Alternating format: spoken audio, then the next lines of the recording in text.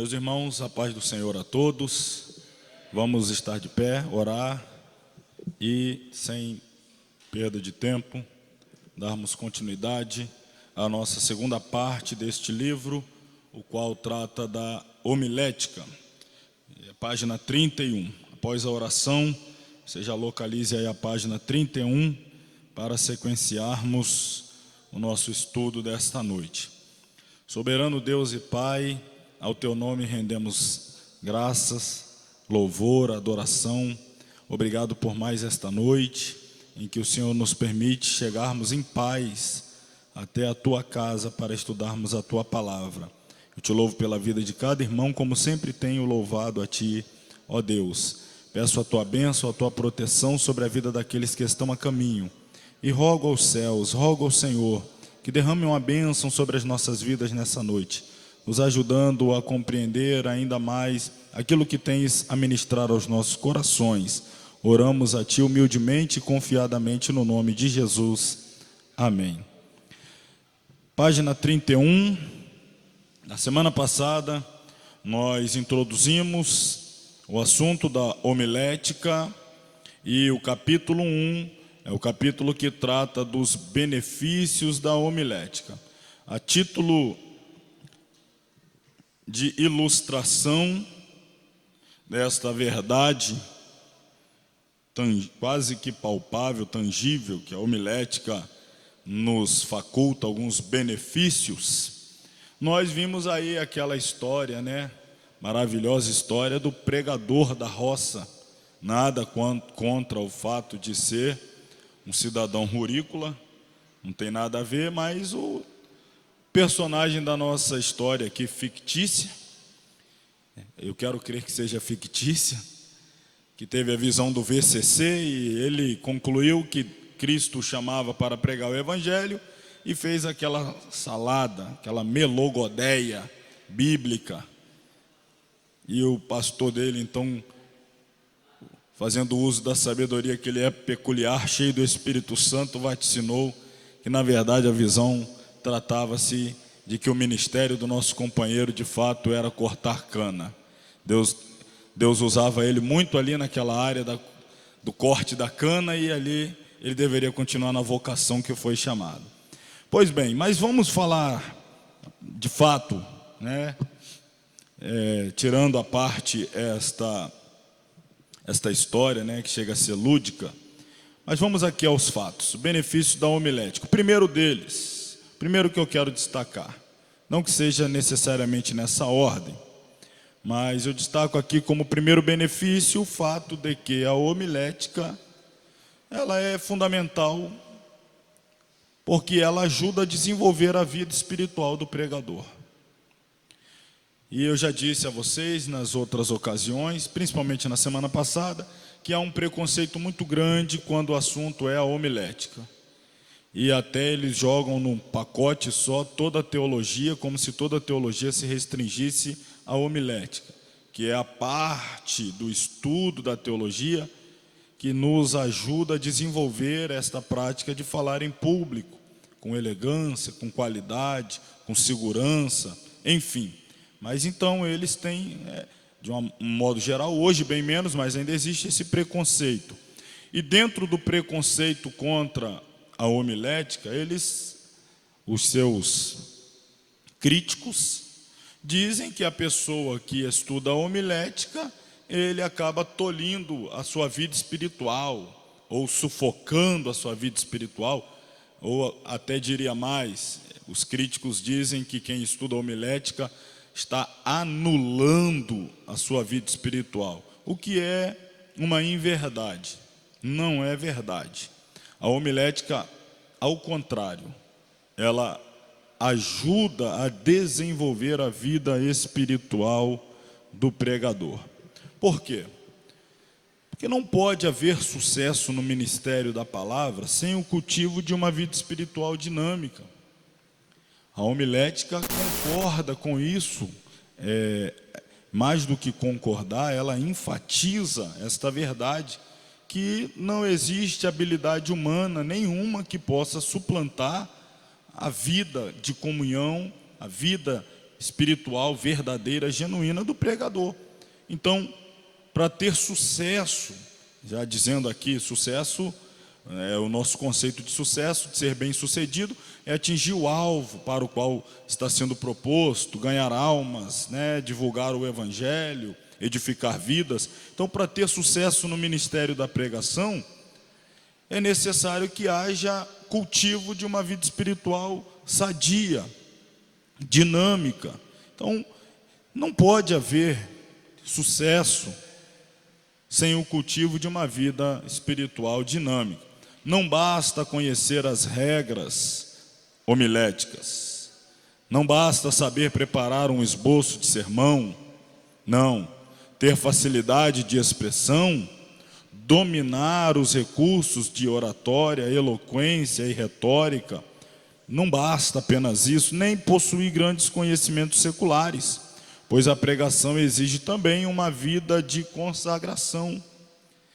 E as pessoas percebem quando quem está falando está apresentando um conhecimento desprovido de espiritualidade, ou seja, faltoso de essência, de vida. Quem ouve e é espiritual e tem discernimento, ele percebe quando quem fala está comunicando palavras de conhecimento humano, desconectado de essência espiritual, de vida espiritual.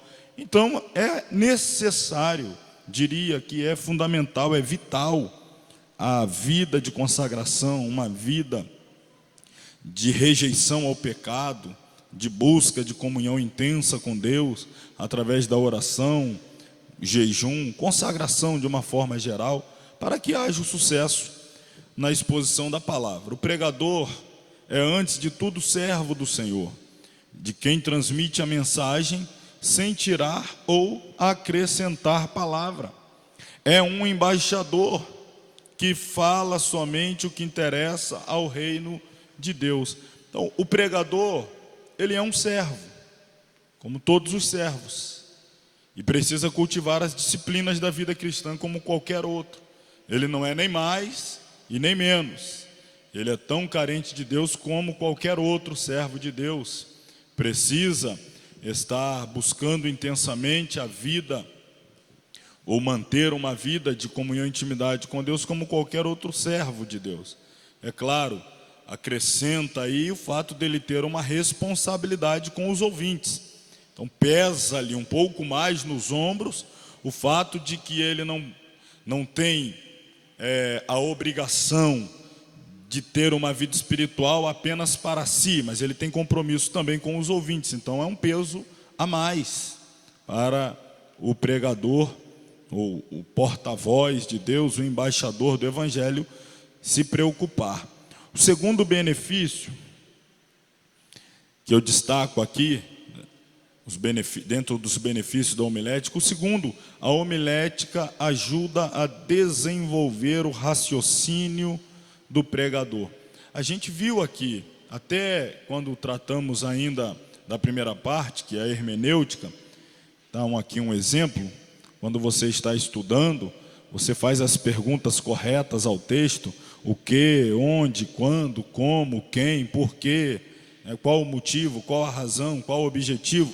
Tudo, você faz essas perguntas ao texto, você então extrai estas respostas do texto e depois você então apresenta aos seus ouvintes. E naturalmente neste trabalho, neste garimpo que o pregador terá que se envolver e se dedicar para poder ter êxito na sua exposição, isto vai desenvolvendo o seu raciocínio, vai desenvolvendo a sua capacidade de pensar, conectar assuntos, verdades espirituais, textos com outros textos, enfim, contextualizar a sua mensagem, contemporaneizar a sua mensagem, pegar fatos do passado histórico, bíblico, e aplicá-los à realidade da igreja no tempo odierno. Tudo isso desenvolve o raciocínio, do pregador. Vamos aí na página 31. Alguns pregadores têm dificuldades para reunir o espiritual e o raciocínio dentro de uma pregação, pois entendem que só a parte espiritual prevalece no púlpito. É um modo errado de pensar. Tanto o espiritual quanto o racional devem estar irmanados durante a pregação. O pregador coloca-se como um canal por onde flui a unção do Espírito Santo sobre sua mente. Os pensamentos emanam de um raciocínio firme e abalizado na palavra de Deus. Há outro aspecto a ser considerado. Não se deve confundir unção com emoção. As duas agem separadamente dentro da pregação, ainda que interligadas. Nunca a unção do Espírito deverá ser superada pelos impulsos emocionais.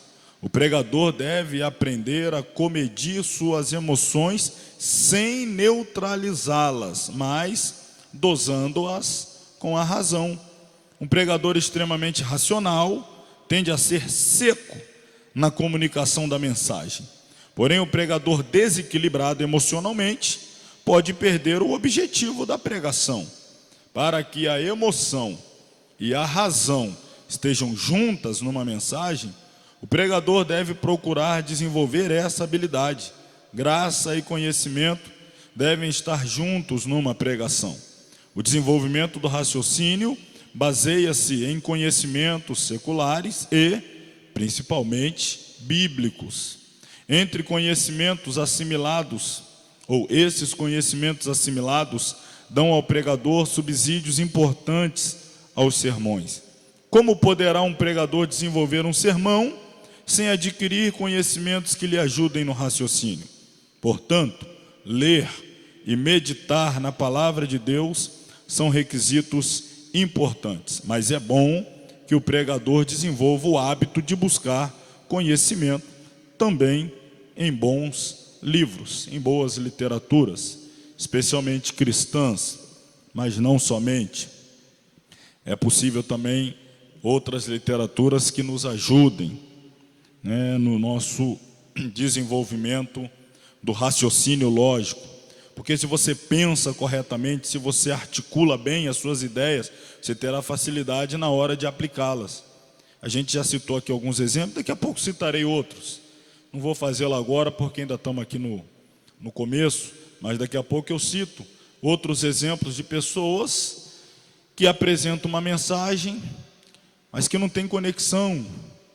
A linha de raciocínio dele, daqui a pouco a gente apresenta aqui alguns exemplos.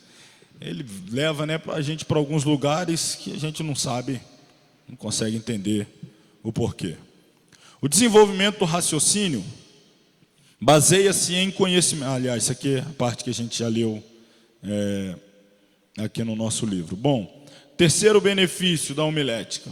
A homilética aprimora os conhecimentos gerais do pregador. Aprimora, amplia os conhecimentos gerais, porque vai sempre te incentivar, te estimular a buscar mais conhecimento. Dependendo do sermão que você vai pregar, você precisa ter conhecimento de uma determinada área. Uma hora você tem que conhecer história, outra hora você tem que conhecer geografia, outra hora você se pega dentro de um sermão precisando conhecer alguma coisa sobre astronomia, sol, lua, estrelas, etc. Outra hora você se pega num sermão precisando saber um pouco de botânica. Você está pregando um texto que tem a ver com árvore, com planta, não sei mais o que, você tem que conhecer alguma coisa. Daí a pouco você está tendo que falar sobre a fauna de animais, comparando com animais que a Bíblia fala, você tem que conhecer alguma coisa. E daí a pouco você é um cientista, daqui a pouco você é um poeta. Tudo isso é um pregador. Fala disso, fala daquilo, fala de história, fala de geografia. Outra hora, teologia, fala de arqueologia, e fala de filosofia, e por aí vai.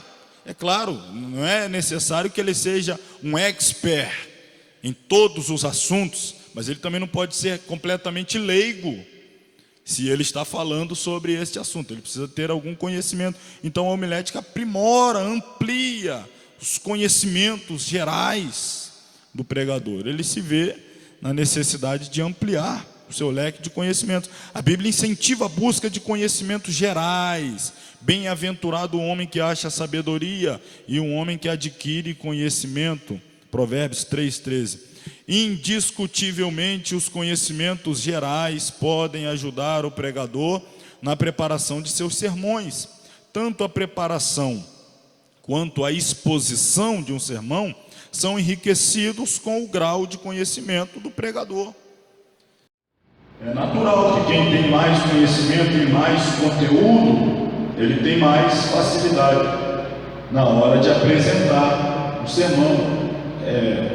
Isso também, às vezes, é subjetivo, porque a gente conhece pessoas que são detentoras de um vasto conhecimento acadêmico, mas são completamente deficientes na hora de apresentar, de expor. Mas, antes de tudo, é importante que se tenha e depois busque-se a habilidade para apresentar no sermão. Os conhecimentos não são a razão principal de um sermão, mas eles dão a forma e o enchimento que o esqueleto, o esboço, requer, enriquecendo com variedades de pensamentos que, transmitidos sob a unção do Espírito Santo, produzirão resultados positivos. Você quer ver? Talvez eu vou fazer aqui a menção de uma mensagem, um sermão, um estudo, que se não todos aqui, a maioria teve acesso a ele, ouviu esse áudio. Ele circulou muito, né, no WhatsApp, muita gente teve acesso a esse áudio, que é um áudio de um médico falando dos detalhes científicos da morte de Jesus, todos aqueles detalhes, as nuances de detalhe do sofrimento de Jesus no Calvário. Quantos ouviram esse áudio aí? Olha como é que é importante, quando a pessoa sabe aplicar, muitos ouviram. Um médico, ele vai falando dos detalhes, ele começa até no que aconteceu para que Jesus suasse sangue, a dilatação dos poros, a tensão extrema que ele estava vivendo, a carga emocional. A pessoa que tem um conhecimento de causa, aí foi aplicando. Ele vai falando na cruz, os tendões dele sendo dilacerados quando os pregos são encravados, ele vai entrando nos detalhes e tal, e a gente vai ficando assim, impactado, chocado, porque a pessoa que tem um conhecimento daquele ramo específico, e ele faz a conexão da medicina com o evento histórico da morte, da crucificação de Jesus, e aplica no sermão, e a coisa fica extraordinária. Quando a pessoa tem o conhecimento e consegue aplicá-lo. É óbvio, não é todo mundo que vai fazer isso. O cidadão ali, além de ser um homem de Deus, um pregador do Evangelho, ele é formado em medicina e conhece esses detalhes. Então olha como é importante. Ele trouxe de lá para cá e aplicou, e a coisa ficou extraordinária.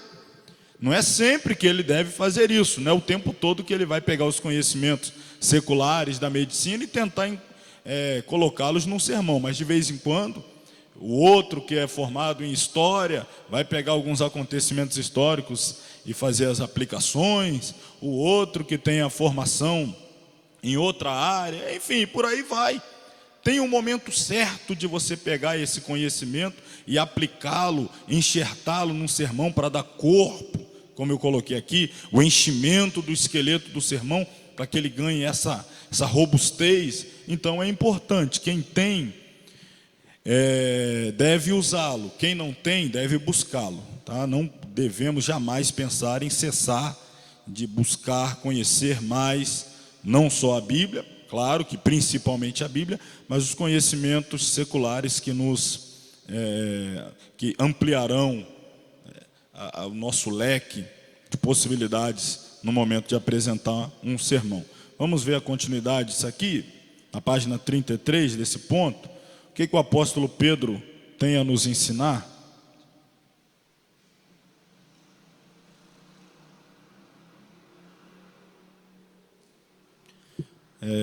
Faz um favor aqui para mim, Marcos Vinícius. Está desligado ali o notebook, eu estou vendo aqui que ele está diminuindo. Tem problema de você dar a volta aí? Liga ele ali, por favor. Estou vendo que a luminosidade está diminuindo, daqui a pouco. Tá ok, obrigado. Vamos lá, página 33. Vejamos o que o apóstolo Pedro nos ensina. Pedro ensina que deve haver equiparação entre graça e conhecimento. O pregador não deixará de ser espiritual por ter alguns conhecimentos gerais apresentados em seus sermões.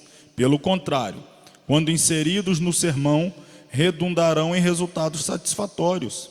Ora, a homilética apresenta as regras de elaboração do sermão e ensina como tirar proveito dos conhecimentos, ordenando os pensamentos e dosando-os com a graça divina.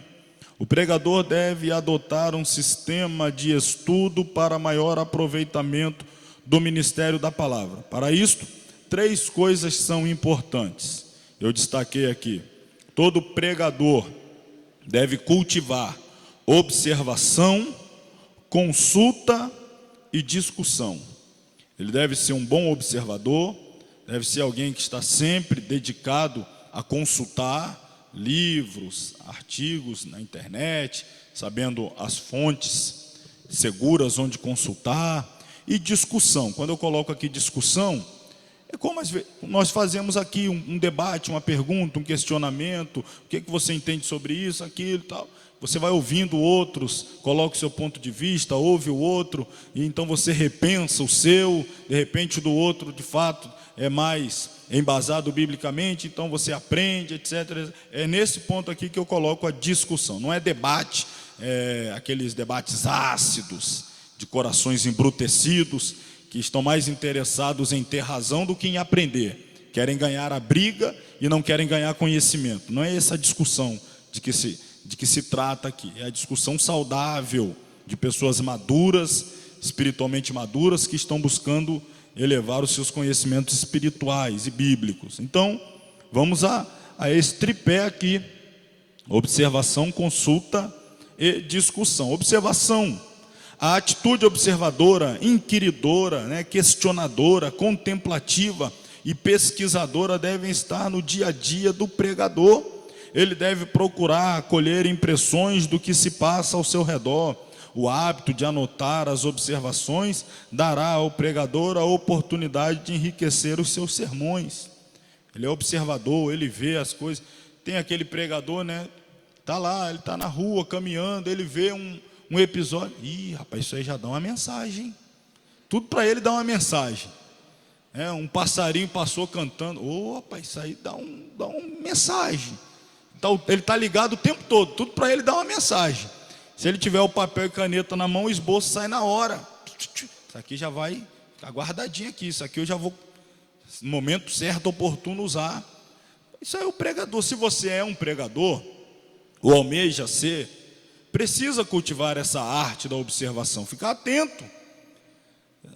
Porque o próprio Deus está se comunicando conosco o tempo todo, através dos eventos naturais do cotidiano, e a gente que às vezes está desligado e não percebe, mas de fato, as mensagens estão por aí, Deus está falando, e a gente, se estiver observando, atento, então a gente sempre vamos ter essa possibilidade, mais uma vez, volto a dizer, essa possibilidade de enriquecer o nosso cabedal de conhecimento através, aqui especificamente falando da observação. A consulta é óbvia, É importante que o pregador seja um consultor para o aprimoramento dos conhecimentos gerais, os quais podem ser inseridos nas ilustrações, definições e informações do seu sermão.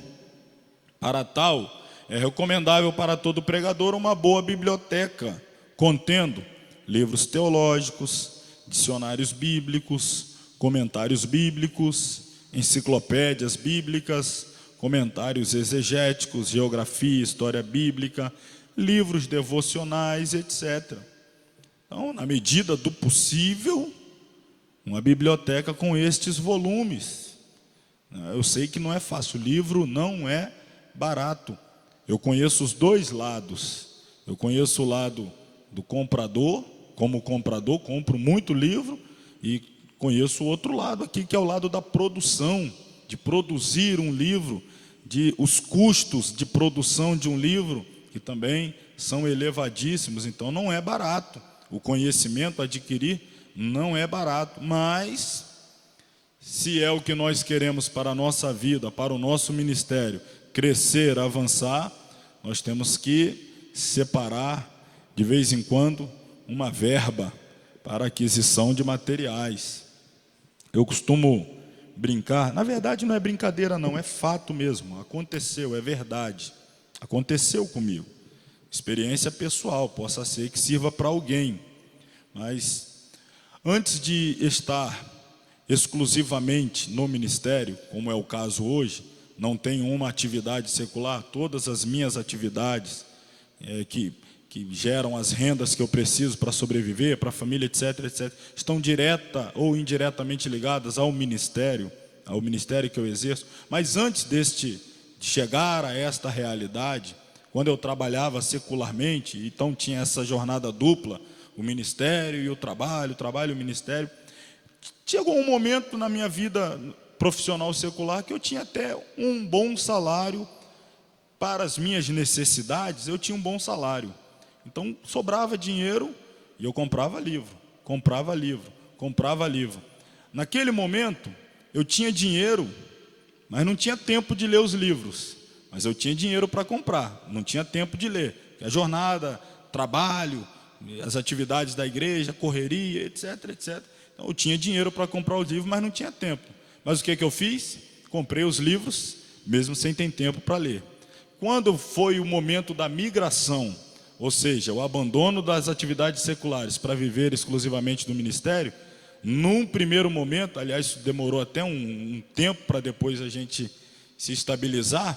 No primeiro momento, eu comecei a ter muito tempo e dinheiro eu nem te conto. Tinha muito tempo mesmo, e dinheiro, estava lá aquele monte de livro que eu nunca tinha lido, e estava lá enchendo a minha estante. Falei, agora.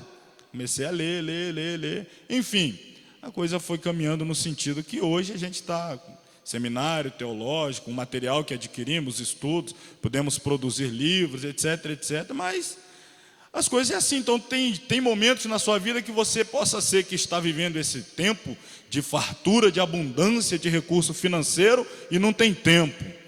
Diga amém. São fases. Tem fase que tem dinheiro, tem fase que não tem. A gente tem que aprender a viver com elas, e aí vai. Então, se está com tempo, leia livros. Se não está com tempo, mas com dinheiro, compre livros. E assim vai aprendendo a organizar aí a sua vida. Bom, vou deixar os detalhes dessa migração para uma outra oportunidade, como testemunho para vocês, mas foi complicado. Mas deu certo, sempre dá certo. No final, sempre dá certo. Vamos para a discussão. Na busca de conhecimentos gerais, a discussão é um excelente modo de ampliar e obter conhecimentos. Assim, o resultado das observações e das consultas, quando levadas para um estudo em grupo, como seminários teológicos, no nosso caso aqui, o nosso grupo de estudo aqui, de debate entre os irmãos ou aluno-professor, esta interação, então poderá contribuir para a elucidação, ampliação, definição de ideias ou assuntos. Eu recebo no privado, por semana, de vocês que estão aqui, dezenas de questionamentos, porque chegam no privado para mim, mas são dezenas de questionamentos, sobre isso, sobre aquilo outro. Ontem eu recebi algumas, hoje eu recebi algumas, eu recebo o tempo todo, e dentro das possibilidades eu vou respondendo, eu vou dando atenção aos irmãos, me presto para isso também com todo prazer. Ou seja, não deixa de ser uma discussão ali, um debate, uma tirada de dúvidas. Isso aqui, elucidação, ampliação, a gente vai conversando ali, tira uma dúvida e tal. É isso daqui que o pregador deve ter. Eu tenho pessoas que eu busco, tem pessoas que me buscam, eu pergunto a alguém me pergunta, eu tiro a dúvida com alguém tira a dúvida comigo, e assim vai. A gente vai crescendo, o reino de Deus vai avançando dessa maneira. Então é natural, não perca este hábito da discussão, trocar ideias. Isso aqui, às vezes, na nossa turma de teologia, a gente não tem muita possibilidade, porque temos uma turma grande, o conteúdo é extenso, o tempo é curto, então os fatores de vez em quando dificultam. E aí então a gente tem essa ferramenta à parte, para eu ser buscado, procurado pelos irmãos depois e tirar as dúvidas. Mas, por exemplo, uma sala de aula de escola bíblica dominical serve muito para isso daqui, para essa discussão.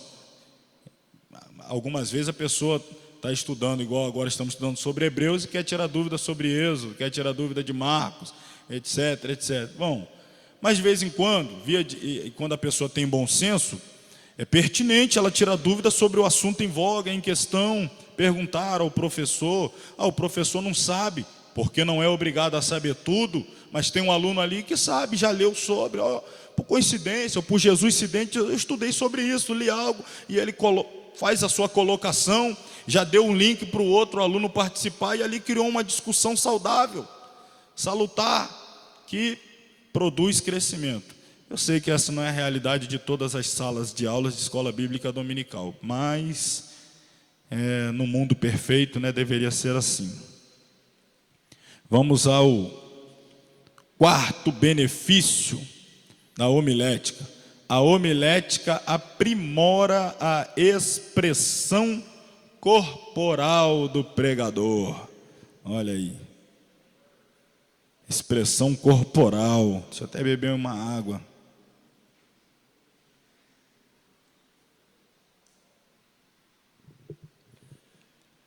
Esse aqui já está aí, dando soco na Bíblia. Pô!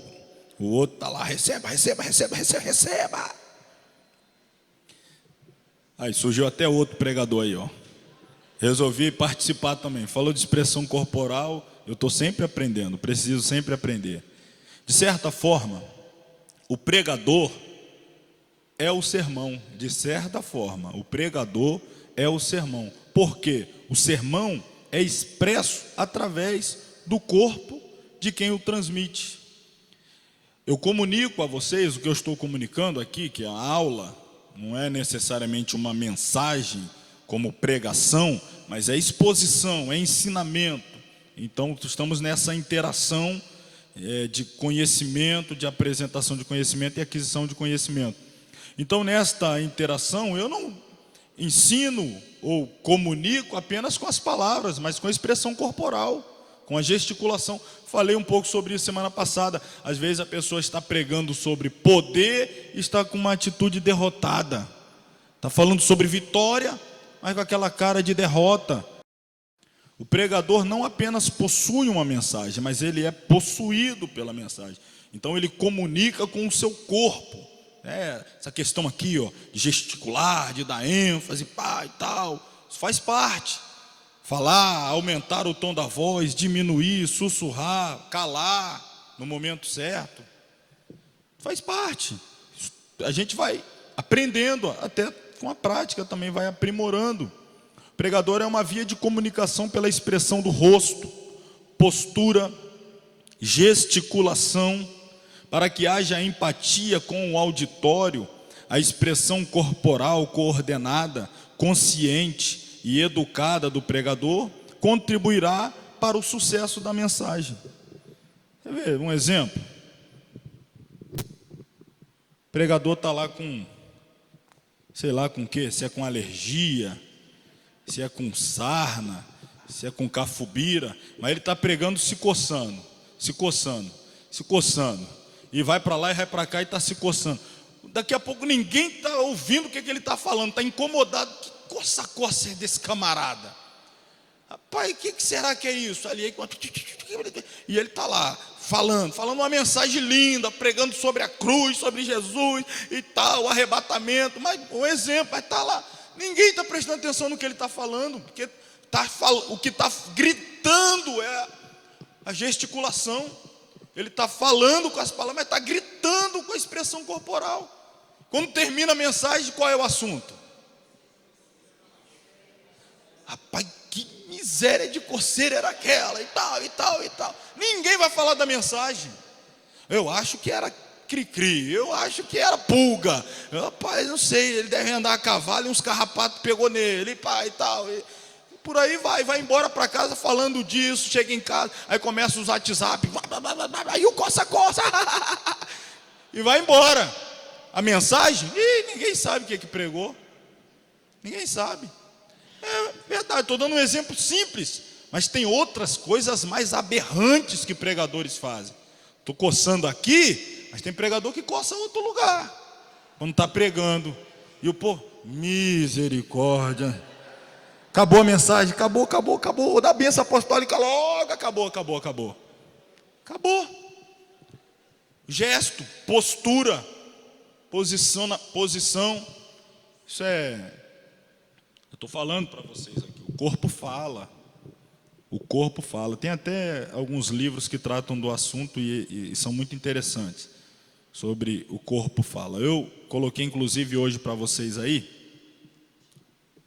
Você sabia, a gente compartilhou isso aqui, 7% da comunicação é atribuída ao componente verbal.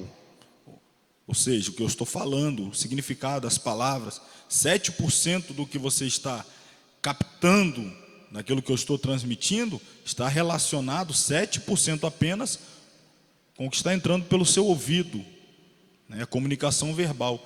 38% ao componente vocal, o tom da minha voz, se é grave, se é aguda, se eu grito, etc., se é aquela voz estridente. Eu já teve pregador que eu não consegui ouvir ele até o final, não. E eu nem sei como é que ele consegue chegar até o final. Tem uns pregadores, deixa eu de novo tirar o microfone. Já vi pregador, que isso, parecia que o mundo estava acabando. E já assume o microfone, quero cumprimentar os irmãos capazes do Senhor. Oh, glória, Jesus está aqui. Pega a sua Bíblia, pega a Bíblia. Pega a Bíblia. Que isso, velho? Mas onde isso vai terminar? Você já fica assim agoniado, cara. Isso, rapaz. Cara, não tem condição. Mas já vi gente assim que já entra, já pega o microfone marchando, xaraba, falando mistério e tal, e visão. Falei, é esse estardalhaço todo com o microfone na mão, né? Tem isso também. Tem esses aí que o culto todo dele, ele está petrificado. Pegou o microfone. Esse microfone é o agente do avivamento. Poxa, quem dera fosse, era só ir ali na Songs comprar uma meia dúzia, ser avivado, né? Eu ia dormir abraçado com eles, se fosse o agente do avivamento. Mas tem uns que parece que já pega o microfone, tá, desse jeito, a 220, né?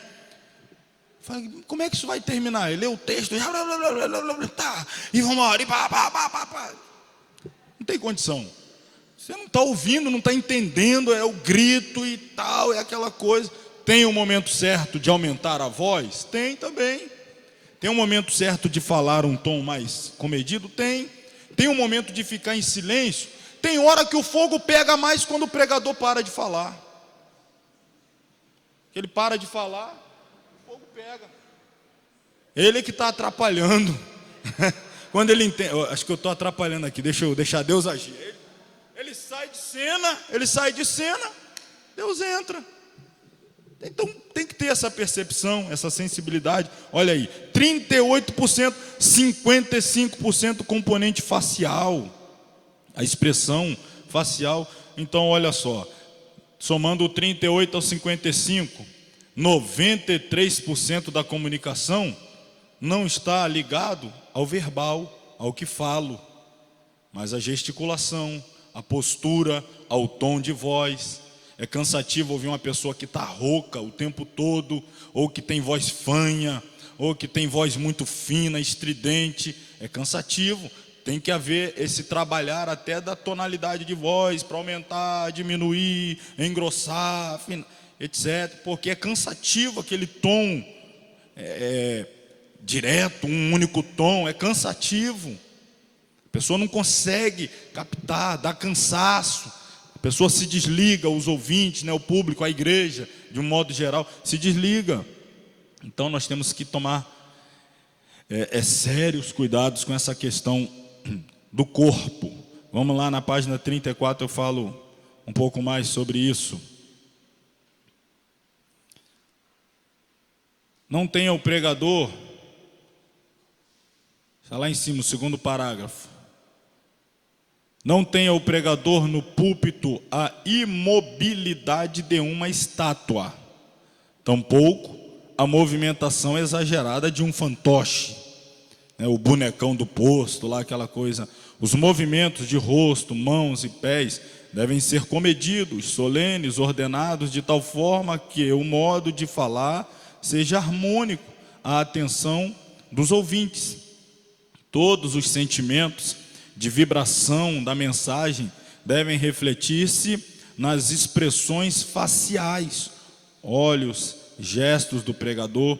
É desse modo que os ouvintes partilharão de seus sentimentos e comungarão com suas ideias. Então, olha aí, expressão corporal. Volto a dizer, o corpo fala, as pessoas prestam atenção na nossa postura. Você está aí na condição de ouvinte, eu sou ouvinte muitas vezes, não é sempre que estou falando, tem vezes que eu estou ouvindo, e eu estou recebendo a informação não só através da audição da mensagem, mas estou prestando atenção no pregador, na gesticulação, na movimentação e etc. E isso fala, ou tem um peso muito maior do que propriamente a palavra. Vamos fazer um exercício aqui interessante para vocês ver como é que isso funciona. Coloca aí no banco aí o livro ou a Bíblia, fique com as mãos soltas assim.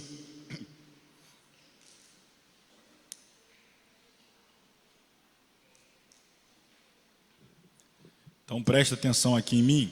Vai fazer um exercício. Eu estou falando de a expressão corporal, como que o nosso corpo comunica, expressa, fala. Então você vai pegar a sua mão e vai esfregá-la assim, uma na outra, né? Até ficar bem quente aí, não é devagarzinho não, vocês estão com preguiça. Vocês estão de férias ainda, até para esfregar a mão, vai lá, até esquentar bem. Já está bem quente, já está saindo fumaça aí. Olha para mim aqui, ó. A minha já está aqui, já está saindo fumaça. Quando ela estiver pegando fogo mesmo, você faz assim igual eu aqui, ó. Pega ela aí e coloca aí na sua bochecha aí, ó.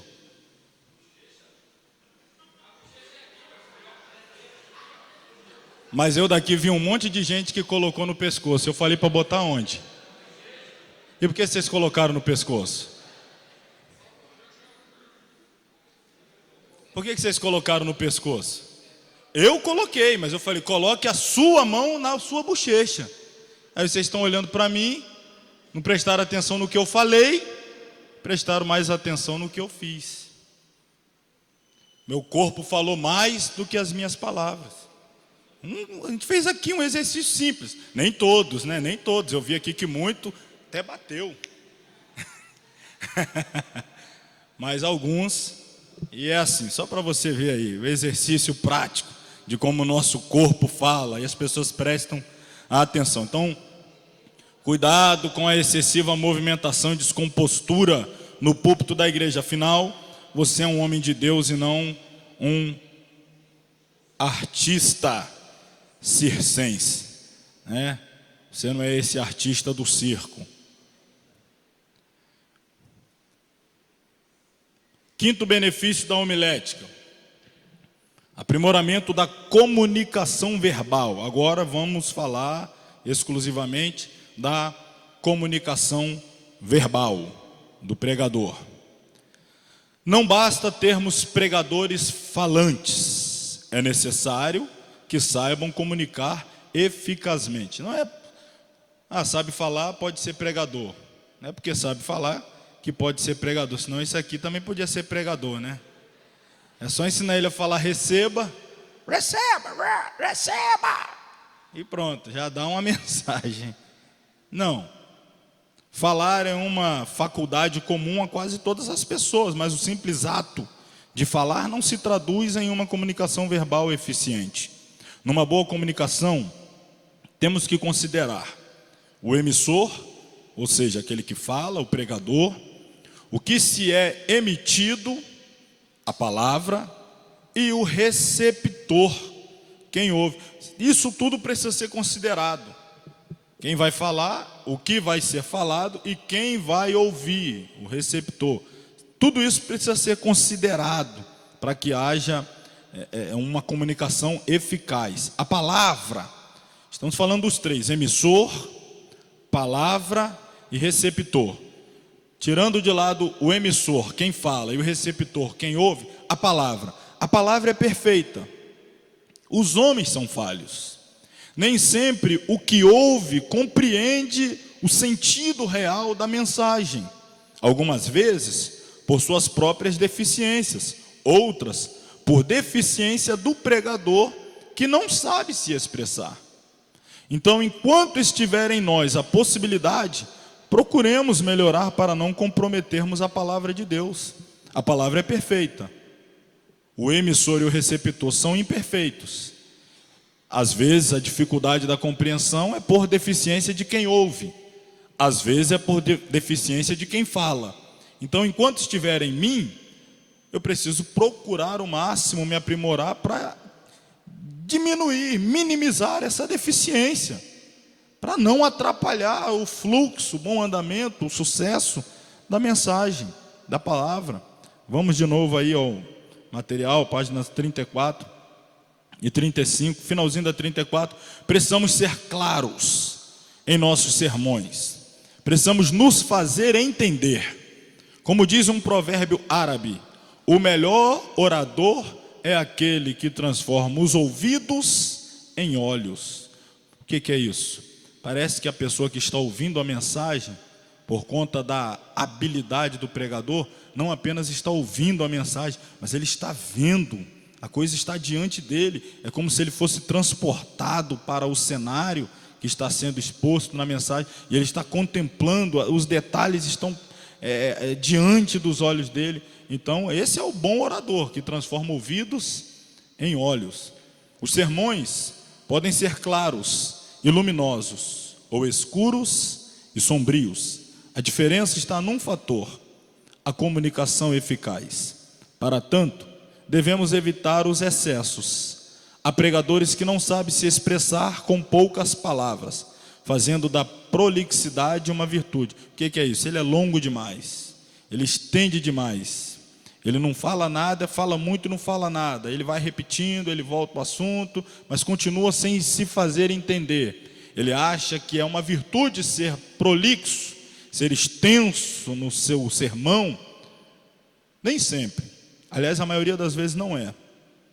Mas também nem sempre o que fala muito, ou seja, é o que nós estamos aqui dizendo, nem sempre o que fala muito explica melhor o assunto. Um pregador delongado pode tornar a comunicação cansativa pelo excesso de palavras, argumentos e ideias.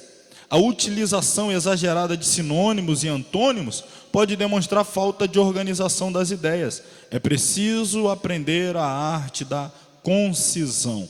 Você conseguir resumir as informações e ser preciso, ir direto ao ponto, para que a pessoa compreenda de forma objetiva aquilo que você está comunicando. Por outro lado, o pregador também que exagera na concisão, mas parece um robô que uma pessoa. Quando é muito seco, objetivo, ser conciso nas expressões orais equivale a ser preciso e objetivo sem perder a emoção. O pregador, às vezes, precisa repetir uma expressão ou frase para tornar mais nítida a ideia. A concisão é importante dentro de um sermão, desde que não lhe neutralize o vigor, a fluidez e a clareza. Então, a comunicação, o uso do tempo, saber, você tem 30 minutos, prepare uma mensagem de 30 minutos. Tem 40 minutos, prepare uma mensagem de 40 minutos. E via de regra, porque isso já não é uma exceção, já virou uma regra. Você vai para o culto achando que terá 40 e de repente o pastor te fala, você vai ter só 25. Então você já tem que ir preparado, não pode ser pego de surpresa. E agora? Vou ter que fazer corte no sermão, faz corte na parte errada. Aquilo que seria uma informação importante para a compreensão do todo do sermão. Então você precisa já ir preparado com essa habilidade. E às vezes acontece o contrário também. Isso costuma muito acontecer nas nossas manhãs de estudo aqui, que é o contrário. Você vem preparado com uma mensagem de 1 hora e alguém fala assim, ainda falta 40 minutos para o almoço ficar pronto, continua pregando. Aí você, então vamos começar outra mensagem. Abra a Bíblia agora em outro livro. Vou pregar agora outra coisa. Às vezes você está preparado para um determinado tempo e chega lá o pastor te dá um tempo maior. E agora? Aí é aquela história, né? Começa a cantar e tal. São os recursos. E a gente tem que estar preparados para esses contratempos. Sexto benefício, a homilética ajuda o pregador a desenvolver estilo próprio. Isso aqui também é importante demais. O pregador precisa ter um estilo próprio. O estilo é a maneira de o pregador expressar no sermão o seu pensamento. Cada pregador tem características próprias e deve preservá-las, para que, no púlpito, sua autenticidade não seja apagada. A personalidade dele precisa ser registrada, ficar marcada.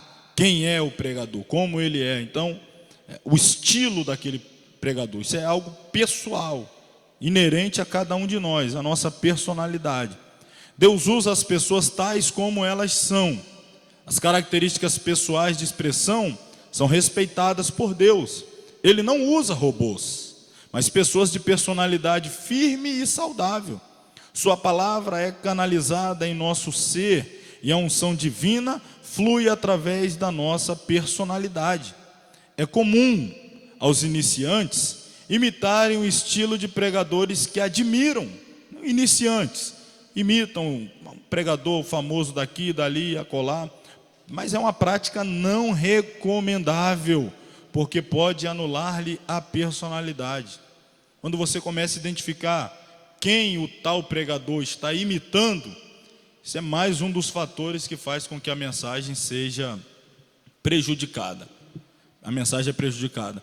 Vamos supor, eu chego aqui, estou com uma mensagem extraordinária, recebi de Deus uma mensagem extraordinária para entregar à igreja, algo que vai mudar vidas, que vai edificar, que vai trazer renovo, restauração. A mensagem que eu tenho para apresentar é uma mensagem do céu, de Deus.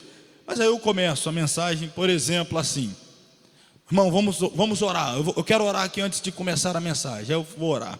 Senhor, eu peço agora que o Senhor envie para esta casa 6 serafins. Eu quero que 2 estejam aqui ao meu lado, um à minha direita e um à minha esquerda, 2 sobrevoando a igreja, 2 num raio de não sei quantos quilômetros, onde tiver um demônio, seja ele. Aí eu penso, olha aí, ó. Aí depois eu vou entregar a mensagem, mas acabou. Já está todo mundo imitando lá o fulano de tal, é igualzinho ele, não tem personalidade. Tá. Daí para frente acabou. Você se desconstruiu, você sumiu ali, você está imitando uma outra pessoa. Aí já vão pensar, a mensagem no mínimo também ele viu no DVD e vai imitar também. Tudo igual. Eu vim aqui para ver um clone do outro lá. Se eu quisesse ver o outro lá, isso é ruim demais.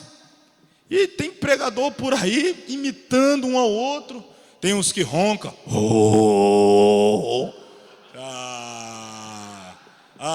Me ajuda aí, meu irmão. Me ajuda esse, aí é o outro lá. Aí não. E por aí vai.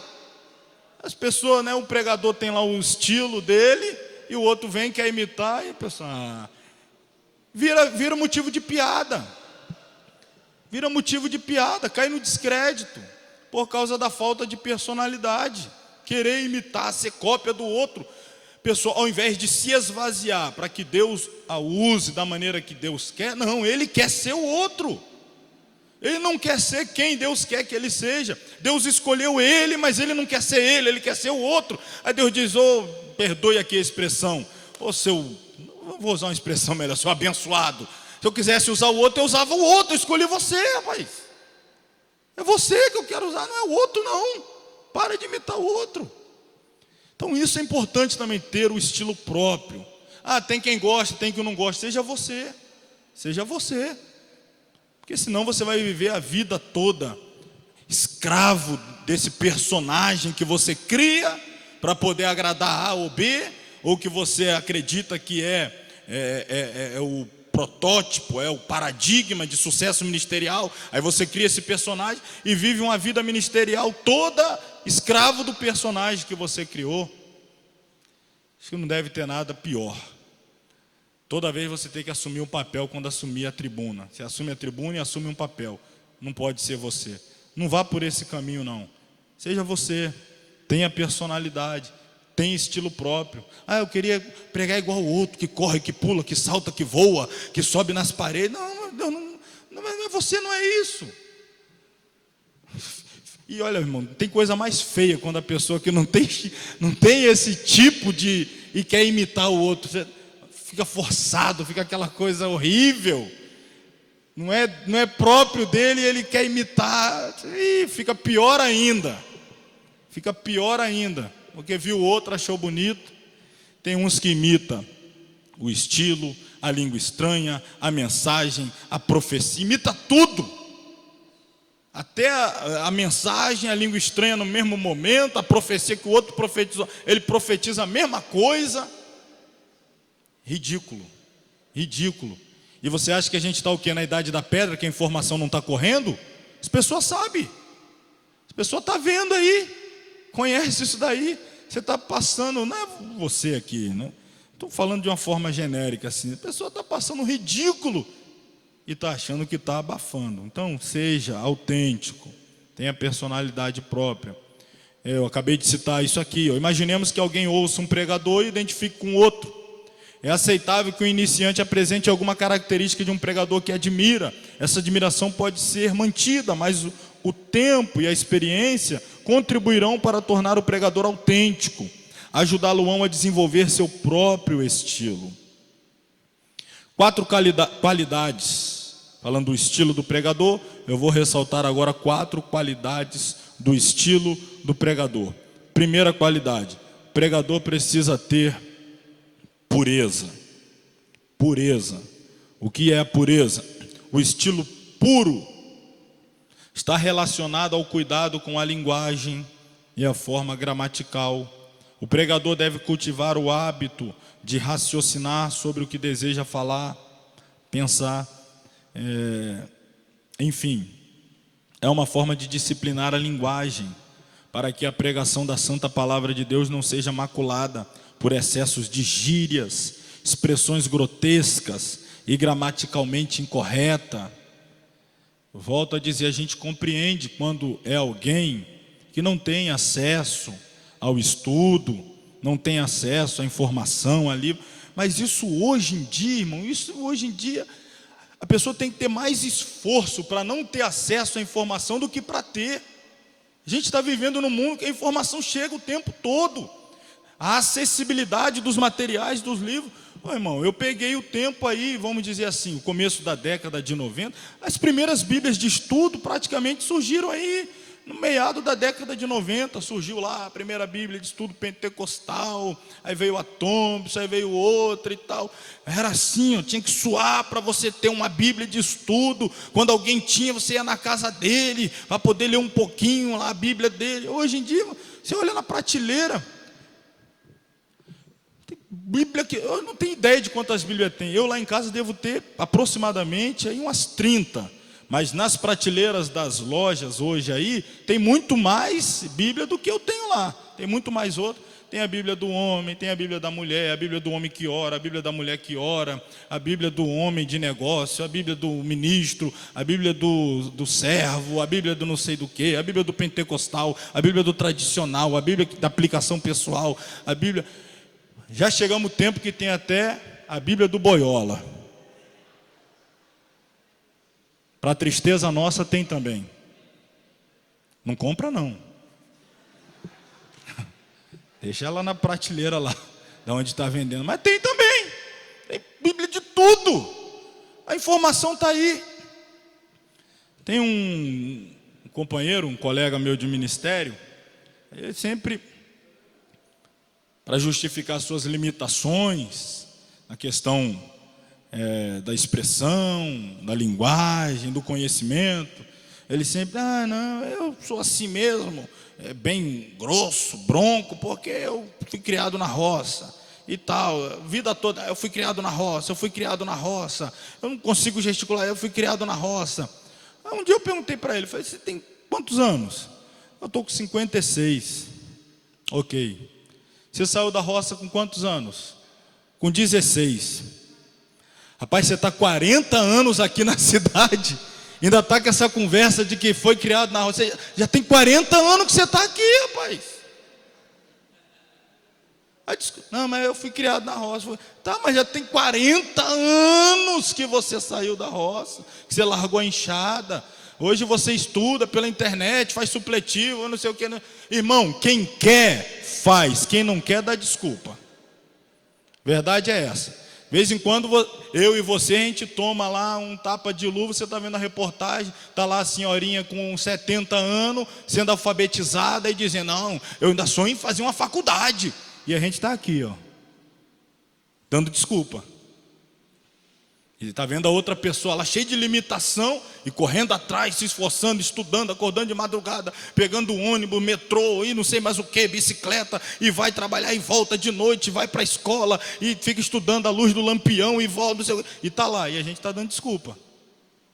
Quem quer fazer, faz. Quem não quer, vai fazer o quê? Dá desculpa mesmo. Então, está aí as informações para nós aprimorarmos a nossa qualidade de linguagem, de gramática, de conhecimentos gerais, bíblicos, etc, etc. Então, essa história aí, ó, do blá, blá, blá, blá, blá, quando eu era criança pequena lá em Barbacena, blá, blá, blá, blá, ninguém aguenta mais ouvir isso não. Há um tempo atrás o pregador pregava isso e o povo ficava lá, aleluia, glória a Deus, aleluia, aleluia, glória a Deus. Hoje em dia, o pessoal aqui embaixo sabe mais do que quem está no púlpito pregando. Está lá o jovem que tem 1 ano de crente, está falando do obreiro que tem 30 anos de ministério. Falou bobagem aqui. Aqui ele cometeu uma heresia. Isso aqui não está na Bíblia não. E não sei o quê. O camarada tem 2 anos, 1 ano e meio de convertido, está ensinando lá. Por quê? Que ele resolveu parar no tempo. Acho que está bom. Não, já sou presbítero. Está bom. Sento no púlpito. De vez em quando dou bênção apostólica. Quer mais o quê? Tá bom demais. E está lá embaixo, o jovem novo convertido, querendo estudar, comprando Bíblia, orando e não sei o quê. Não, para mim tá bom, não quero mais nada. Então, meu irmão, energia. Estamos falando do estilo. Pureza, energia. Energia de estilo é a forma dinâmica aplicado ao sermão, é a qualidade que vitaliza o pensamento, arrancando-o do teorismo, é o vigor dado ao pensamento. Energia tem a ver com veemência, não significa gritar ou gesticular desordenadamente, mas colocar toda a força da convicção na mensagem. Você precisa acreditar naquilo que você está pregando. Tem gente que prega de uma forma, parece que ele não acredita no que ele está falando. Que ele não acredita, e as pessoas que estão ouvindo estão vendo que ele não acredita. Como é que você quer que as pessoas acreditem em algo que todo mundo está vendo que você não acredita? Ele não coloca aquela energia, aquela convicção nas palavras, a certeza. Se os outros vão crer ou não, é problema deles, mas você tem que ser convicto, que você acredita naquilo que você está falando. Energia, trata-se da energia espiritual manifestada, acima de tudo, pelo ardor espiritual do pregador, que penetra na alma do ouvinte, induzindo-o a decisões. Em termos bíblicos, o que estamos chamando de energia nada mais é do que unção. A unção é o óleo suave sobre a mente do pregador, dando-lhe fluidez e abundância. Ela fortalece os pensamentos, vitaliza o estilo do pregador ao apresentá-los. Sua fonte é Deus. Para adquiri-la, o pregador deve buscá-la na oração e meditação da palavra. Terceira característica aqui do estilo do pregador: autoridade. O estilo do pregador é percebido pela autoridade espiritual que manifesta em suas pregações. A palavra de Deus deve ser falada com autoridade espiritual. a fim de que o sermão não seja mera exibição retórica. Uma personalidade fraca gerará pregação fraca e sem autoridade. O princípio de autoridade que rege o pregador reside na sua submissão à palavra de Deus. Ou seja, é maior a autoridade de Deus que a do pregador. Sua autoridade sobre o auditório é tanto maior quanto maior for a autoridade da palavra divina sobre o pregador. Paulo demonstrou autoridade em sua pregação e exortou Tito a fazer o mesmo. Fala disto e exorta e repreende com toda autoridade. Ninguém te despreze. A autoridade está ligada à submissão à palavra de Deus. Ou seja, tanto mais autoridade terá o pregador sobre o auditório, quanto maior for a autoridade que a palavra de Deus exerce sobre ele. Trocando aqui em miúdos, simplificando o máximo possível. O pregador que vive o que prega tem autoridade para pregar. Ele tem autoridade sobre quem ouve, se o que ele está falando, ou seja, a palavra de Deus, exerce autoridade sobre a vida dele.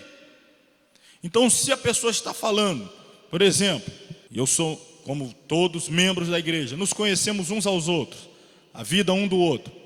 E aí vocês sabem que eu sou uma pessoa de oração, de muita oração. E aí eu venho aqui pregar sobre oração. Aí as pessoas que me ouvem dizem, não, ele tem autoridade para falar disso, porque ele ora. Conheço a vida dele, ele é uma pessoa de oração, então eu aceito a palavra que ele está pregando. Eu recebo, porque quem está falando tem autoridade para falar. Porque isso que ele está falando é visto, é evidenciado na vida dele. O contrário, você sabe também que acontece.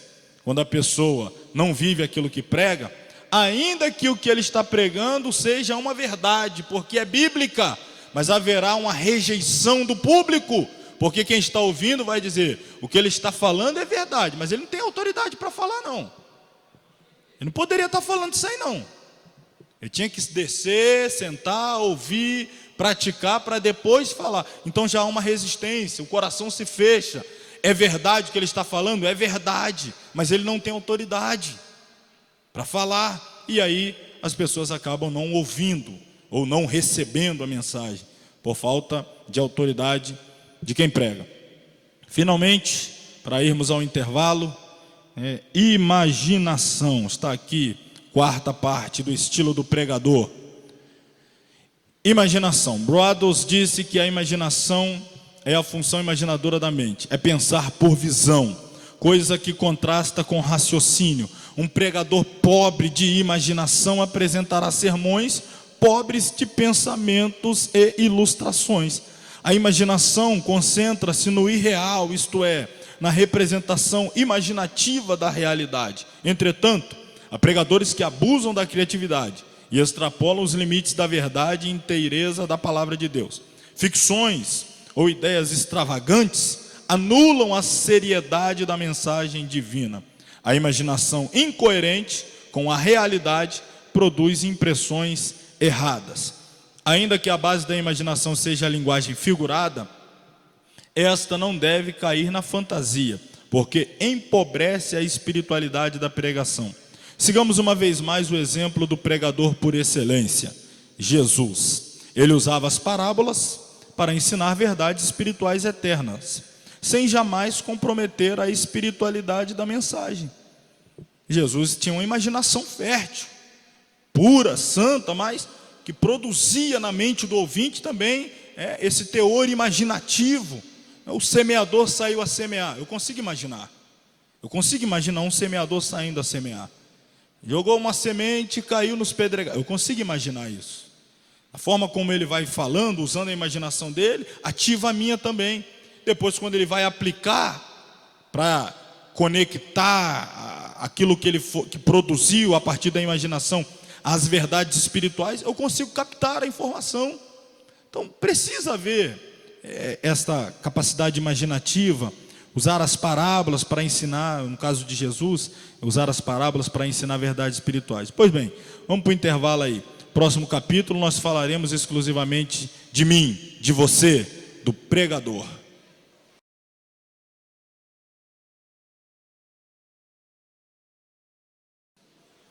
Ok, meus irmãos, retornando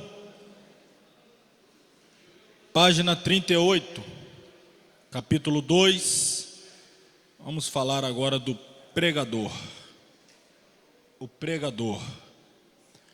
Aí, o pregador é alguém que recebe a mensagem de Deus e a entrega aos homens. É o que trata com Deus os interesses dos homens e com os homens os interesses de Deus. A pregação é a tarefa primordial da igreja e, por conseguinte, dos que exercem o ministério da palavra. Num certo sentido, todo crente é um pregador do evangelho, pelo dever de testemunhar de Cristo, mas nem todos são ministrantes da palavra. São inseparáveis a pregação e a devoção, porque a pregação sem devoção é vazia, é inexpressiva. Ao preparar um sermão, o pregador precisa dela para meditar em oração e comunhão com Deus. Assim, o canal divino fluirá sobre a mente do pregador, fornecendo-lhe pensamentos ricos e inspirados. O cultivo espiritual deve ocupar o primeiro lugar na vida do pregador. O gabinete de estudo deve ser o seu recinto secreto, o altar da oração, o lugar da comunhão com Deus. A pobreza espiritual de muitas pregações resulta da falta desse cultivo espiritual. Meditar, estudar e orar com devoção produz poderosas mensagens. Por isso, o propósito da homilética é auxiliar o pregador na transmissão da mensagem de Deus. Esse é um outro ponto que a gente já vai começar a abordar a partir, aliás, não vai dar para começar hoje, semana que vem, que é a questão da preparação do sermão. Famoso esboço, que até hoje ainda é alvo de muita crítica, o esboço. Eu muito raramente, mas muito raramente mesmo, prego sem uso de esboço. E outro detalhe, sempre que eu trago comigo o esboço, eu não preciso dele, mas se eu não trouxer, ele vai fazer falta. Esse é outro detalhe importante que todo pregador precisa saber. Você coloca as informações, porque elas estão ali no papel, você não esquece. Mas se não tiver ali, não sei o que acontece. Só porque não está ali, dá um branco. Aí é complicado. Mas ainda há muito preconceito também com o tal do esboço. Vão dizer que é falta de espiritualidade, anotar os pontos, os tópicos, separar, organizar o sermão, citações, etc. E não, a pessoa que estuda, que escreve, que vem com esboço, não é espiritual, não deixa o Espírito Santo agir, impede a obra do Espírito Santo, porque vem lá com aquele script. Pois bem, quem é o mais espiritual? O que vem de qualquer maneira e fica aí dada a própria sorte? Ou aquele que passou o dia estudando, lendo, escrevendo, anotando, pesquisando, para chegar à noite e entregar uma palavra para a igreja? O espiritual é aquele que chega aqui, vamos ver o que vai dar hoje, vamos ver. Eita, e é espiritual demais, meu Deus. Ele vem assim, ó, que coisa tremenda, hein? E o outro que ficou em casa, leu, orou, jejuou, escreveu, veio lá com um livro escrito, de tanto que ele leu e escreveu. Não, isso aí não é espiritual não, isso aí, coitado dele. É o preconceito que as pessoas têm assim. O que estuda não é espiritual. O que vem de qualquer jeito, sai chutando aí, vê se dá certo, é o espiritual. Então, irmãos, preparação faz parte da espiritualidade do pregador. Meditação, consulta, escrever, esboçar o sermão. A gente vai falar mais do esboço na próxima semana. Não há maior tragédia para a igreja do que um pregador ímpio e impuro no púlpito. Um ministro mundano representa maior perigo para a igreja do que falsos profetas. e falsas filosofias. Palavras do reverendo Hernandes Dias Lopes. Não tem como não concordar, não é? Não tem como não concordar. E às vezes eu fico pensando, tem uns aí que você não sabe de onde veio, não sabe para onde vai, não sabe qual é o destino eterno dele, para onde ele está caminhando, não sabe se tem família, se não tem, se tem, você não sabe se é a primeira, se já está na segunda ou na terceira família, não sabe se tem igreja, se tem pastor, se nasceu de novo, se não nasceu, mas está no púlpito aí, chamaram ele aí, viram em algum lugar, pegaram no laço, trouxeram para pregar lá na sua igreja. E está lá o cidadão que você não sabe da vida dele, se tem família, se tem compromisso com a igreja, com o ministério, com o pastor. Você não sabe de nada, ele está lá. E ele está pregando, ele está dizendo, eu quero que você receba do que tem na minha vida. O que tem na minha vida eu reparto com você. Pega, pega, pega. Eu sei lá o que tem na sua vida, rapaz. Sei nem quem é você. Eu não sei quem é você. Eu recebo do que tem. Não quero não. Não sei quem é você. Isso é sério, a pessoa está lá e os outros, eu quero isso aí.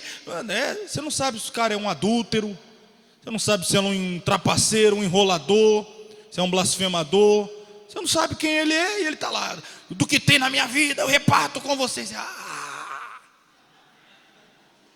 que você recebeu? Sei lá, o que tem nele.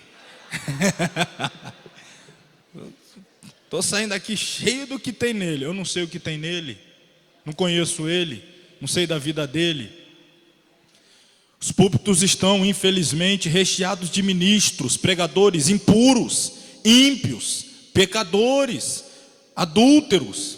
Está ministrando para a igreja, está ministrando, e a igreja está recebendo. Irmão, não é só palavras, é a vida dele.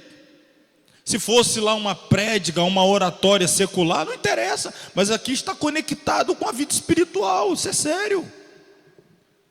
Temos que ter cuidado, muitíssimo cuidado. Requisitos básicos para o pregador. Primeiro, regeneração. Nem todo pregador nasceu de novo. Nem todo pregador, tem pregador que não nasceu de novo ainda. Não é regenerado. Isso é requisito básico, claro, óbvio. A experiência regeneradora do Espírito Santo é a primeira e a mais importante na vida de um pregador. Como poderá falar sobre a obra maior que o Espírito Santo realiza na vida de uma pessoa se não tiver experimentado? O mero profissionalismo pode fazer um pregador. As faculdades teológicas estão cheias de pretensos pregadores, que aprendem tudo sobre a Bíblia e tornam-se oradores excelentes. Entretanto, ninguém será pregador autêntico sem a experiência da salvação. É preciso nascer de novo. Inteligência, teologia, oratória, homilética e eloquência não fazem de ninguém um pregador. Há mistérios espirituais que só um regenerado poderá desvendá-los. Aos pregadores sem regeneração, a Bíblia os denomina condutores cegos ou cisternas rotas. Então, primeiro requisito, volto a dizer, é óbvio, né, mas a gente precisa falar do pregador, é a regeneração. Segundo, vocação. Ao pregador cristão é necessário a vocação. Não a simples vocação natural da palavra, mas especial, espiritual e divina. Num certo sentido, todos os crentes em Cristo participam da vocação cristã, uma chamada coletiva. Porém, é preciso distingui-la da chamada individual para o ministério da palavra. É preciso fazer distinção entre aqueles que se sentem chamados e os que de fato foram chamados a pregar. Vários motivos podem levar a pessoa a querer pregar: uma ambição pessoal, a influência de terceiros, o carisma de algum famoso pregador, como se chamada fosse uma profissão de escolha pessoal. Tem gente que quer ser pregador por vários motivos. Acompanha o pregador lá nas redes sociais, no Instagram, no Facebook. Aí vê o pregador um dia está postando a foto numa cidade, no outro dia está na outra, e foto no aeroporto, e foto não sei aonde, e foto. Aí você, eu quero ser pregador. Olha a motivação. Por quê? Não, olha lá o Facebook do outro lá. Eu quero ser pregador. Motivações erradas, motivações incorretas. Pessoas que não têm o chamado, querem se fazer chamados, porque têm objetivos escusos por trás do seu pretenso chamado ministerial para a pregação da palavra. Irmãos, é tão lindo, às vezes acontece, eu vejo e eu acho muito bonito, quando alguém reconhece, não tenho a vocação para pregar, tem outro chamado, tem outra vocação, reconhece e diz, não é a minha. Agora, como é feio quando o camarada não tem e quer fazer que tem. Está todo mundo, do último ao primeiro, dizendo, rapaz, você não foi chamado para isso, sai daí, rapaz, você não foi. Poderia estar dando frutos para Deus em outra atividade, a qual foi chamado. Poderia estar angariando para si galardão, se ficasse no ministério ou na vocação que foi chamado. Mas às vezes ele olha a palavra, o ministério da palavra, por conta da influência de um ou de outro, por conta da influência midiática desses pregadores itinerantes midiáticos, e então ele decide ser. Enfim, não entremos de maneira nenhuma por esse caminho. O genuíno chamamento vem de Deus, não se baseia em ambições pessoais, nem em sonhos de grandeza e fama. Para ser um pregador não basta o querer, não é o homem quem decide, é necessário o chamado especial, e o compromisso com este chamado, que é um desafio. Aceitá-lo ou rejeitá-lo, isto sim, dependerá do que foi chamado. A igreja sofreria menos com vocações equivocadas, se tivesse mais cuidado na escolha daqueles que aspiram ao ministério. Quantos estão no ministério sem terem sido chamados para o ministério? E a igreja sofre. Pessoas estão no lugar errado, exercendo a atividade errada, e ao invés da coisa andar, a coisa está parada, travada, às vezes até regredindo. Ao invés de evoluir, recua, porque a pessoa está no lugar errado. Então, vocação é imprescindível ao pregador. Regeneração, vocação, volta à personalidade. O pregador precisa ter personalidade. Ao pregador não só a regeneração e a vocação, mas também o cultivo de uma personalidade moldada na palavra de Deus. Define-se personalidade como sendo aquilo que caracteriza uma pessoa e a distingue da outra. Analiticamente, é o conjunto das qualidades físicas, intelectuais, sociais e espirituais de uma pessoa. Personalidade significa tudo quanto o indivíduo é e o que poderá vir a ser. Nossa personalidade manifesta-se na vida cotidiana, por isso pode ser desenvolvida através da educação. O crente corrige as distorções antigas da sua personalidade pela palavra de Deus e procura desenvolvê-las segundo o maior modelo da vida cristã, a saber, Jesus. O caráter do pregador é a expressão máxima de sua personalidade. Por isso, como em nenhuma outra vocação, no ministério cristão, o caráter é decisivo. Quantos pregadores sem caráter?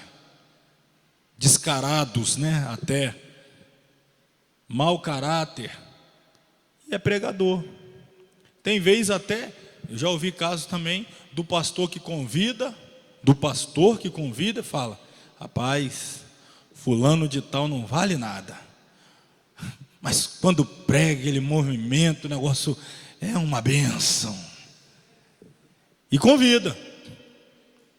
Sabe da vida dele, tem muito aí que o pastor que convida sabe.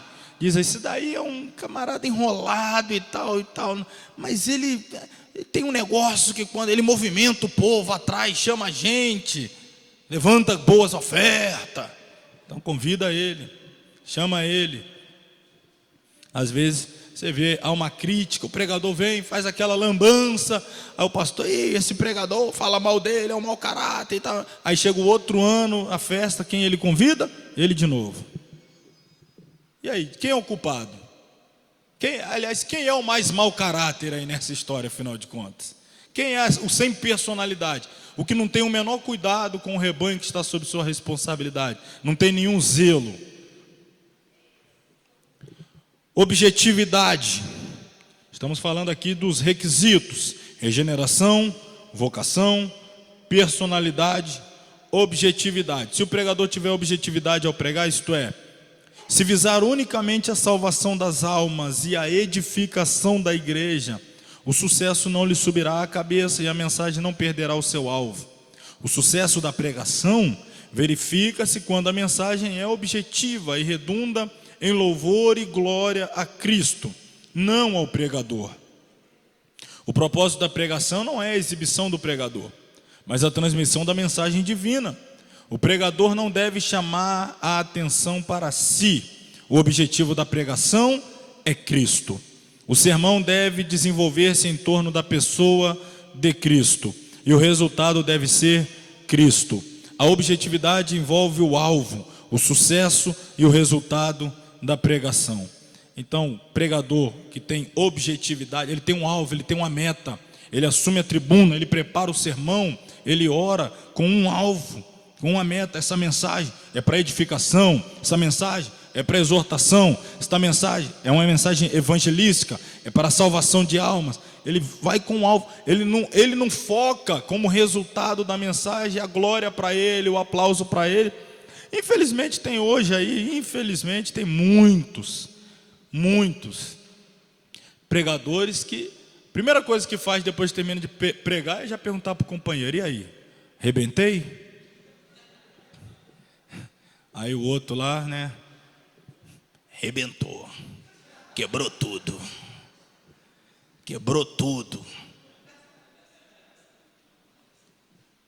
Esse ele está querendo, o feedback dele é isso aí: rapaz. Aí usa essas expressões, né, chulas, de baixo calão até às vezes, rapaz e tal.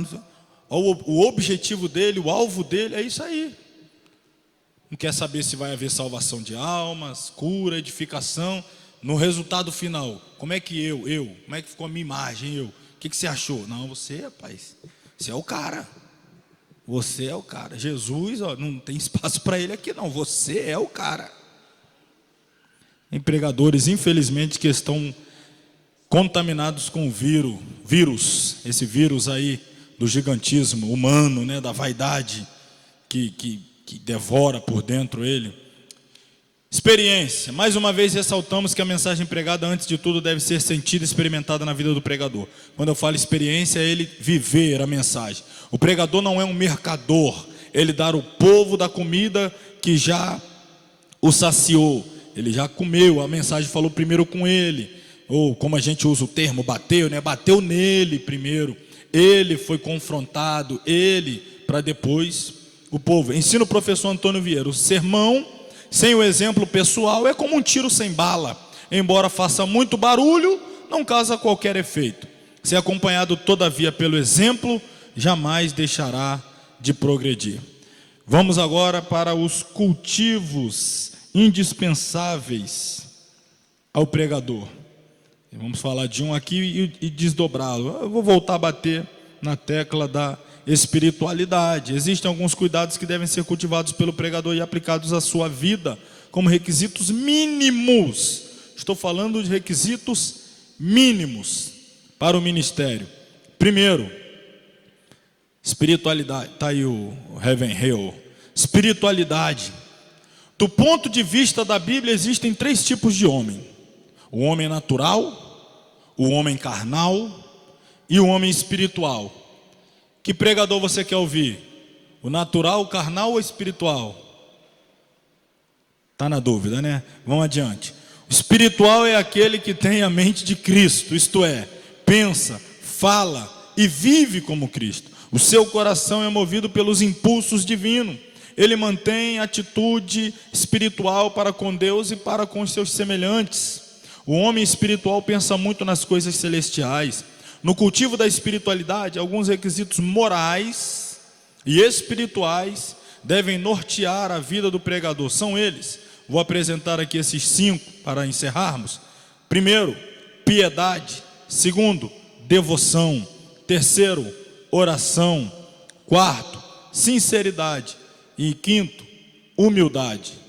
Piedade, que é o pregador piedoso.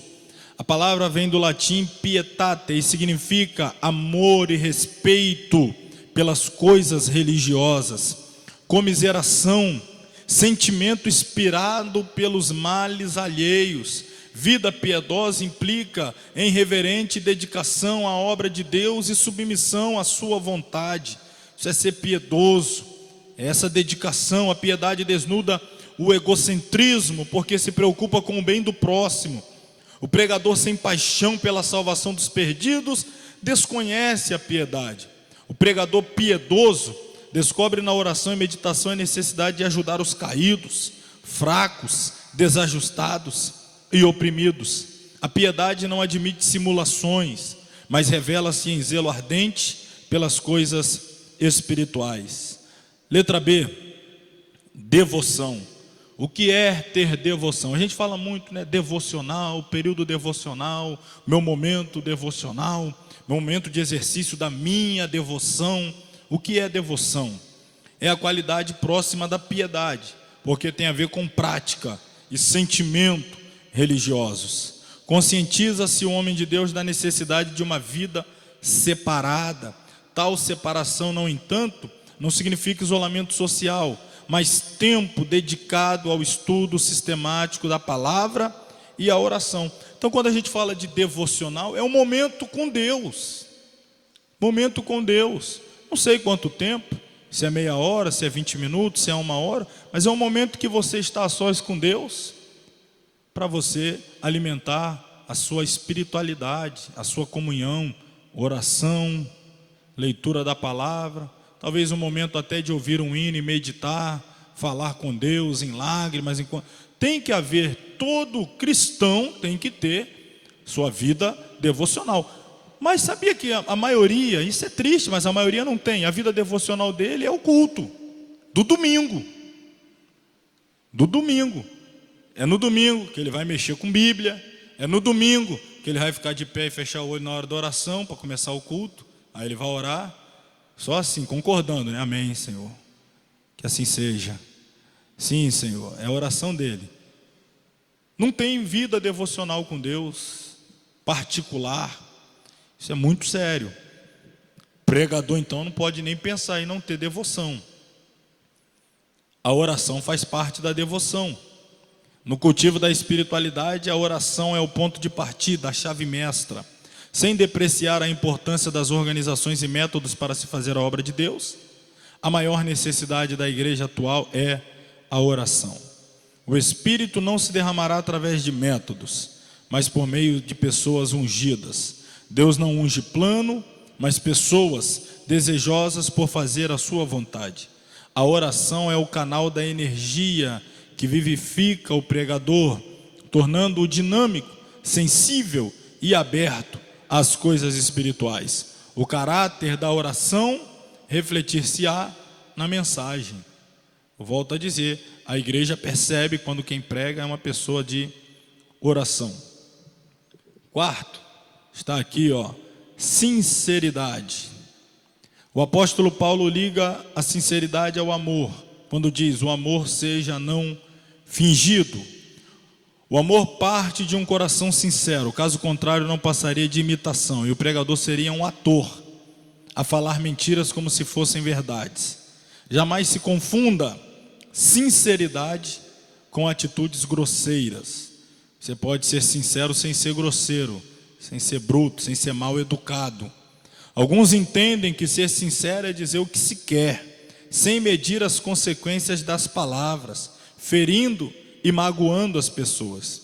Ser sincero é ser autêntico em dignidade, mansidão e firmeza de caráter. É ser realista sem trair a consciência. Quinto lugar, olha aqui, humildade, olha lá o slide. Você tem que ter humildade. Tem uns que é tão humilde que vem assim, são os anéis de formação teológica. Aqui, você olhar para mim, tem poder aqui nos anéis. Irmão, esse é o Senhor dos Anéis, né? Você acredita que eu já tive um aluno que deixou de se matricular porque no ato da matrícula ele me perguntou se no final ele ganharia um anel. Eu te falei, você vai ganhar um anel? No final o curso me dá um anel? Eu falei, não, então eu não vou fazer esse curso não. Rapaz, isso vende, você sabia? Você compra aí, na Conde de Sarzedas lá em São Paulo é baratinho. O problema é o anel? Humildade. Tenho nada contra o uso, tá? Quem tem o curso, né, o bacharelado, então não tenho nada contra. Eu particularmente, eu não gosto, mas não tenho nada contra quem usa. Agora, fazer disso, né, para se autopromover, ó, cheguei, tá?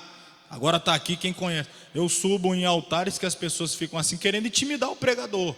Já vê se o pregador, ó, aqui tem teólogo, hein? Seu cuidado que você vai falar aí, hein? Para querer intimidar, colocar um ambiente difícil, pesado. Não é o caso, aqui o pregador precisa ser humilde. Jamais poderá ter o pregador uma postura arrogante ou exibicionista. Esteja ele sempre na dependência do Espírito Santo para vencer a tentação da fama.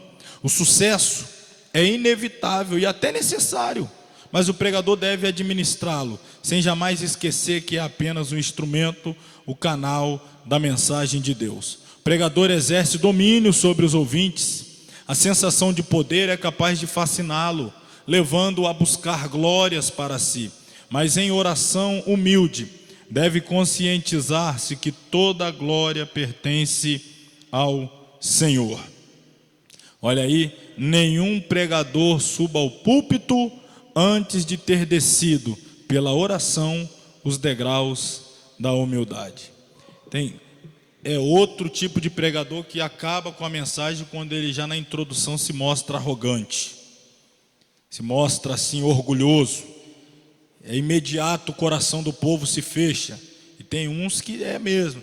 Ó, irmão, hoje vai acontecer algo que nunca aconteceu. Já vem fazendo promessa que ele não pode cumprir. Vem fazendo promessa que ele não pode cumprir. Tá hoje aqui e tal, vai acontecer algo extraordinário. Cutuca o irmão do seu lado aí, diga, se preparem, é hoje. Diga para o outro do seu outro lado, diga para ele, é hoje, é agora, pega aí. Aí tem aquela expectativa, como que ele vai fazer alguma coisa. Já vi vários que faz esse estardalhaço todo no começo e depois, aí quando vai embora, igreja fria, rapaz. Povo seco, misericórdia, nunca mais volto nessa igreja aqui. Camarada que é arrogante, não sabe chegar, já chega, né, pisando na jaca, falando bobagem. Irmãos, tem que saber usar. A humildade não é também você vir mal trajado, mal vestido, dizer que é simples. Não tem a ver com pobreza.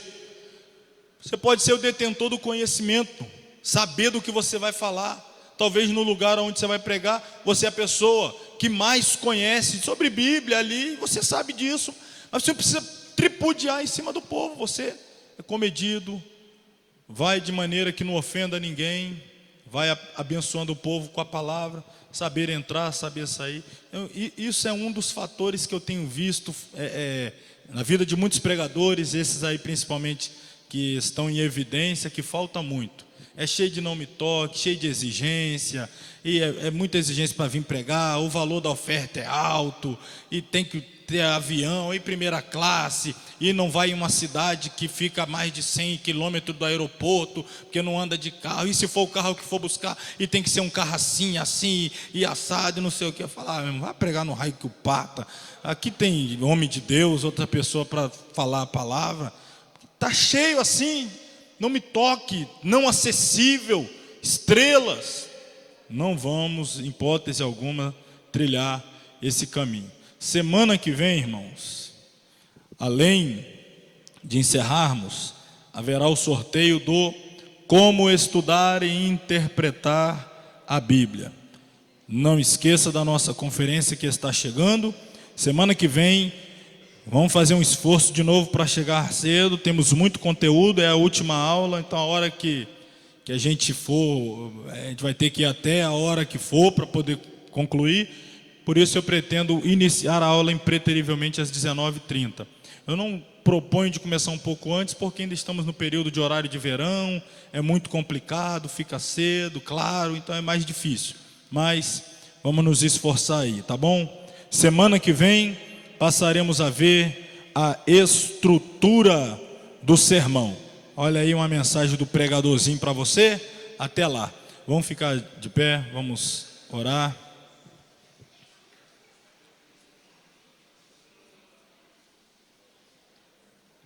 Grande Deus, Pai de bondade, misericórdia e graça, louvamos e bendizemos o Teu nome mais uma vez, por esta reunião abençoada.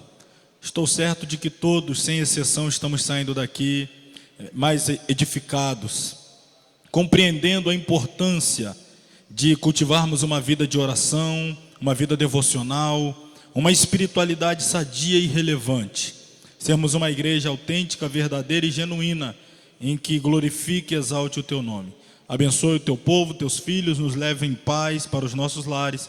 Continue nos guardando no decorrer desta semana, nos abençoando de uma forma especial. Oramos no nome de Jesus.